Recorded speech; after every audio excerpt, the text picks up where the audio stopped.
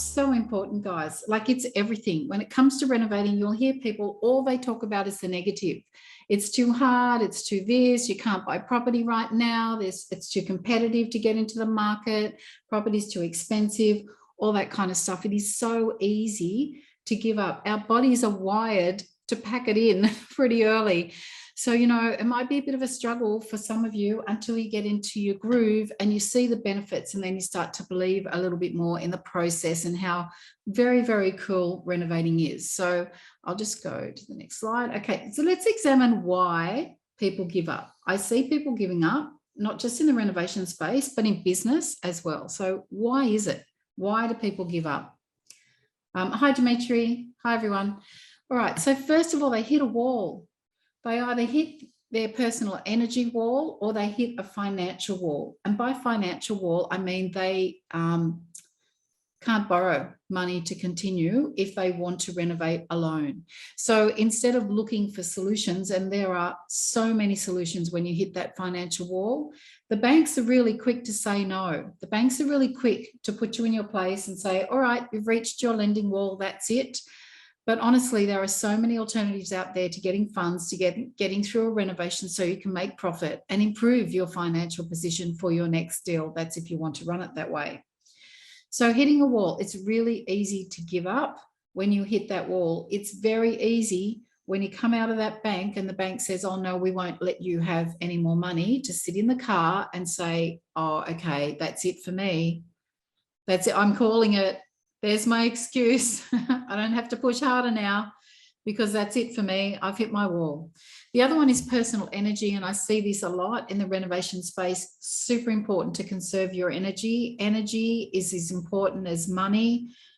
If you're doing too much DIY and you're not suited to it, or it doesn't light you up every minute of the day, or if it takes you too long, or if you're not in the physical shape to do DIY, there are things I don't do now that I would have done when I was 20. You know, I was pretty good with the sledgehammer when I was 20, and I'm not so strong now. I wear out pretty fast. So personal energy, you've got to conserve it. That's one reason why people give up.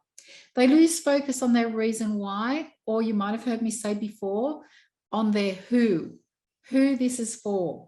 Kids, family, a better life, retirement, early retirement, those who are around us, to help our kids get started. All that kind of stuff is a what, is a who, and not so much a why.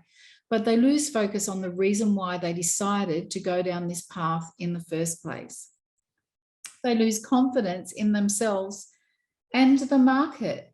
I actually think that losing confidence comes when we sit back and we become inactive for a little while.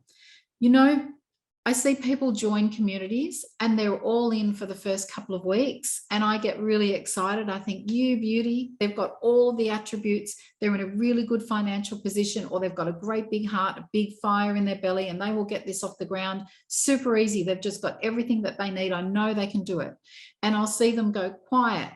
And if you're not engaged in a community, if you're not engaged in a vibration where other people are doing what you want to do, it's really easy to just start to doubt yourself and your positioning, and everything becomes like this great big overwhelming mountain to climb. So you start to lose confidence, and then we end up in an overwhelmed state. So I think those two are pretty connected. So losing confidence and piling everything up in a great big pile of things to do, and just not chipping away at things one at a time. So chipping away is everything in relation to never giving up. Just chip away one bit at a time.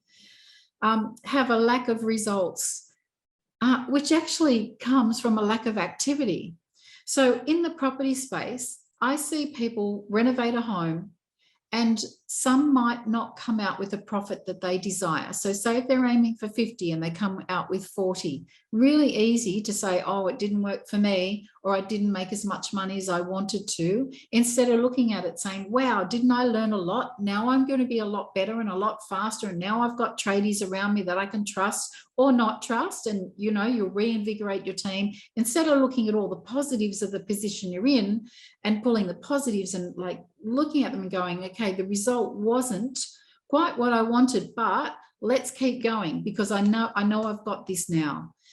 A lack of results for some people means that they just stop. And if they've lost money in property before, like say, for example, they've lost money, they've had a negatively geared property and they've struggled to keep it and it's not gone up in value and they just feel like they're drowning in repaying off a property that's not working for them, it's really easy to stop. And then you realize your loss. Like your loss becomes very, very apparent once you stop. Self-sabotage. Oh my God, that's a big one. Just going to check comments. Sorry, guys, just changed my screen. Self-sabotage. Oof. We bring a lot of what we've been through in our lives with us into this space.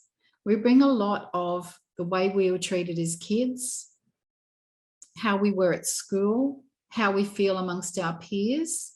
We bring a lot with us. Super important, not self-sabotage. When you see things going really, really well, maybe you've never experienced that kind of money before or that kind of success or that kind of recognition inside your own family. And it's very, very easy to fall into self-sabotaging patterns. And so I would urge anyone who felt like they've had some success, particularly through property and renovation, and they felt like, oh my God, do I even deserve this kind of success? Or there's some guilt attached to it. I would urge you to seek the help from a mentor. Making bad decisions. That's why people give up. They make the wrong decisions, uneducated decisions. They make bad choices and then they go, man, this is too hard, not working for me, and I give up. Being a loner, doing it all on your own, it's tough. It's tough doing it all on your own. If you're all on your own, you feel like you've got no one to reach out to ask for advice. You feel like the responsibility, the burden of responsibility is all on your shoulders. So, you know, I see some couples where one person renovates, that's great. That's fine. But if you're going to do it and just like keep your partner completely out of what you're doing, then you can feel alone. At some point, it's really great to have somebody to say, hey, this happened today. You know, what do you think? Whether they're into renovating or not, it's just cool to have somebody by your side. So doing it all on your own can make you doubt your decisions and can make you hesitate in moving forward, and you need that momentum.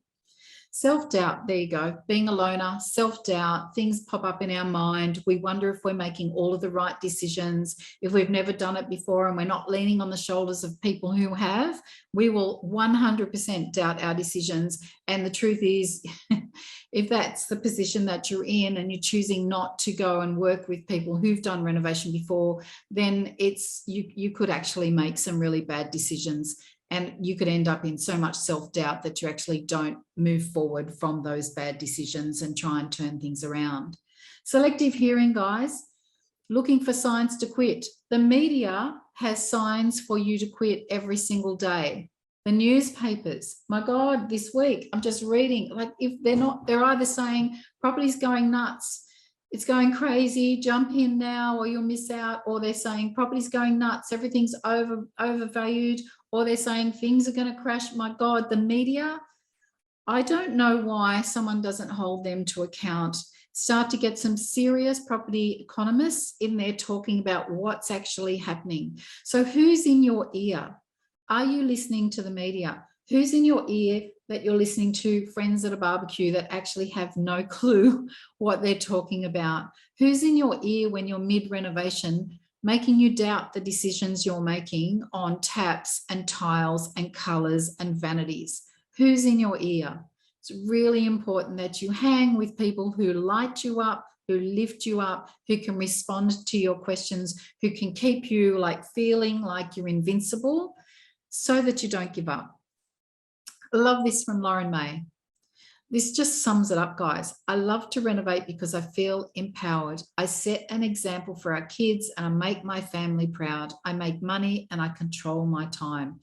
It's International Women's Day at the time I'm recording this, and I'm going on this live in the Facebook group. And honestly, renovating is an equal opportunity sport.